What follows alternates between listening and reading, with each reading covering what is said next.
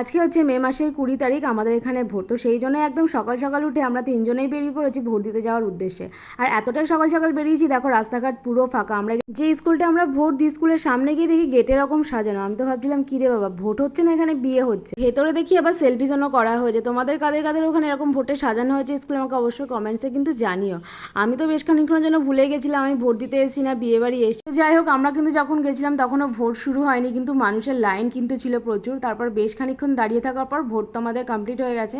আর এতটাই সকাল সকাল ভোট দিতে গেছিলাম যে সকালে চা খেয়ে যাওয়ার সময় হয়নি, ওই জন্য বাড়িতে এসে খেলাম চা। দেন পড়ানো থেকে বাড়ি আসার সময় দেখি কালবৈশাখীর মতো পুরো আকাশ একদম ঘন কালো হয়ে গেছে। তো সেটা একটু ক্যাপচার করলাম, আর এই সিজনে মনে এটা প্রথম হলো। দেন বাড়িতে এসে করলাম ব্রেকফাস্ট। আজকে মাই ব্রেকফাস্টে খাইয়ে দিয়েছিল। দেন তো স্নান করে বসলাম পুজো দিতে। পুজো কমপ্লিট করে দিকে দুপুরের জন্য কুমড়ো ফুলের বড়া ভাজছিলাম। আজকে দুপুরের লাঞ্চটা ছিল খুবই সিম্পল। দেন আজকে সন্ধ্যাবেলা শরৎচন্দ্রের এই শ্রীকান্ত বইটা তো পড়ছিলাম। তো আজকে সারাদিনটা এভাবেই কাটালাম। That's it.